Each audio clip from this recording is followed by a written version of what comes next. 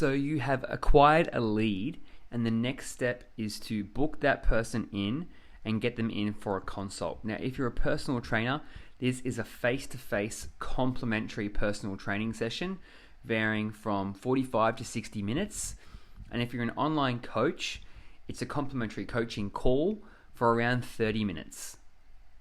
So this is the step-by-step guide to ensuring an awesome experience for a new client, and they've just invested their time into you to help them change their life. So you want your new clients to enjoy their experience so much that they want to tell their friends and family and refer to you straight away. So step one is, prior to the consultation, is that you need to send them a pre-consultation form and ask for them to email that back. Now that needs to get obviously a range of information, their training history, what their goal is, and it also sets the tone for a professional standard. So this session, obviously, it must meet their needs. It's got to over-deliver, and it's got to have a clear solution to fix the problem. It can't just be like, an airy-fairy PT session. Just come and try out a session. It needs to actually have a purpose to it. And that's where you get the best results, with actually closing someone into your PT or your online coaching program. Now, for me, I've closed over 95% in my career on face-to-face appointments, and at over 90% on face-to-face Zoom calls or FaceTime chats into online coaching.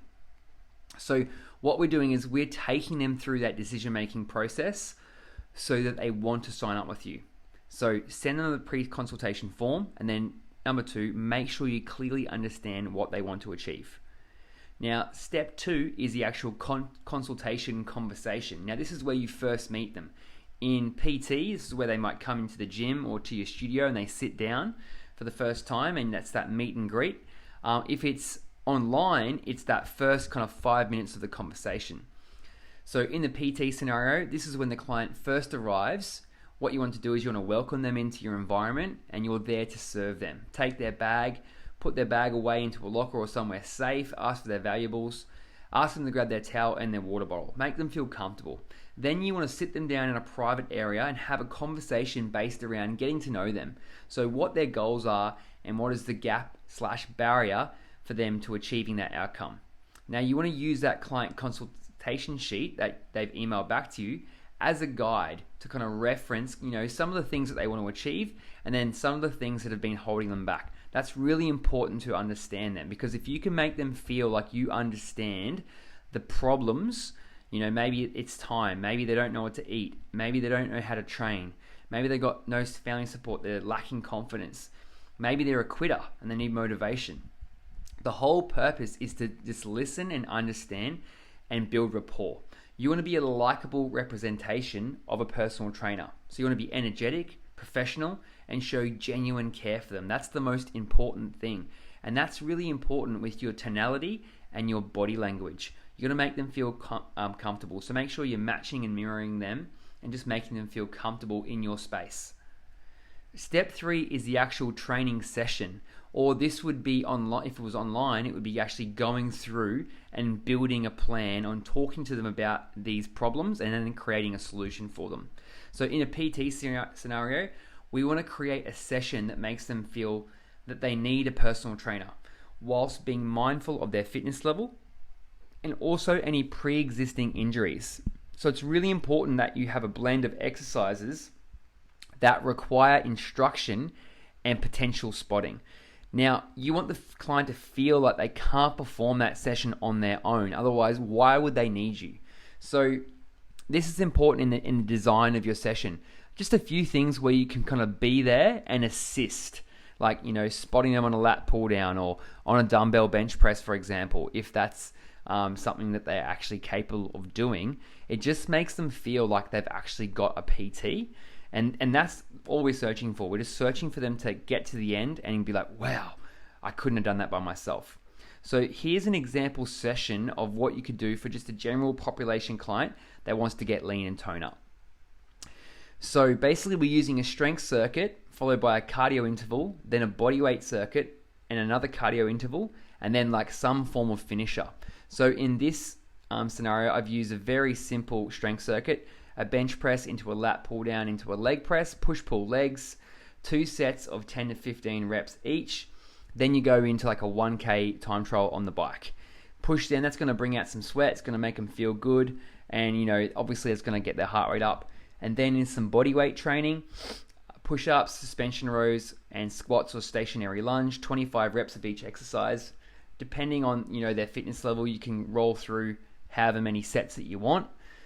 But the reason we do a bodyweight circuit is because we don't want them to get hugely sore after their first session. We want them to get a little bit sore. So chances are they'll get a bit sore from the strength circuit. If you just keep smashing weights in that first session, people can get very sore. So you want to break it up a little bit and definitely bring the sweat out, because most people have got body fat to lose. So your second cardio interval could be another bike. It could be, a treadmill incline walk, or you could do a row if their body allows them to.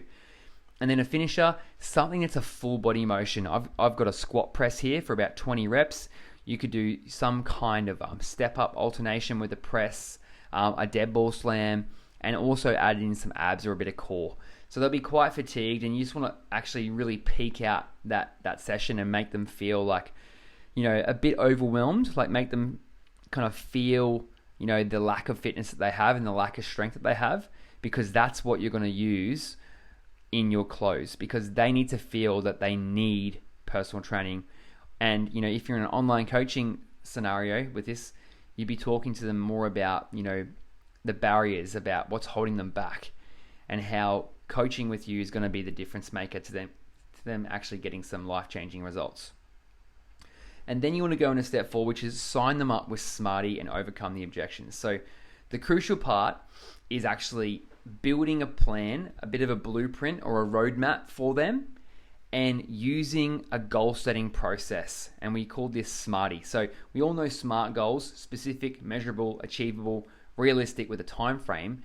But I added the I and the E in, which is impact on their life, and then the emotional anchor of the reason why they want to achieve it. Now, in the next video in this sales process, you will find a detailed analysis of how to extract a really deep Smarty goal, because that is the anchor at the top of our page for when we actually go and do the price presentation and close the client and ask for their credit card or their bank account information. So go and do that video now so you get a real flow into it, and then go and do the sales close so you can really get an understanding of how these aspects actually all flow together and create the sales process. Right from the moment you get the lead, when you booked them in, you send them the email, get their consult form back, you meet them for the first time, deliver an amazing PT session or online coaching session. Then you do a Smarty goals analysis and get them set up, fired up to achieve life-changing results, and then you close them and ask for commitment. And that's the whole sales process in a nutshell, and this is what will completely transform your business and transform your life.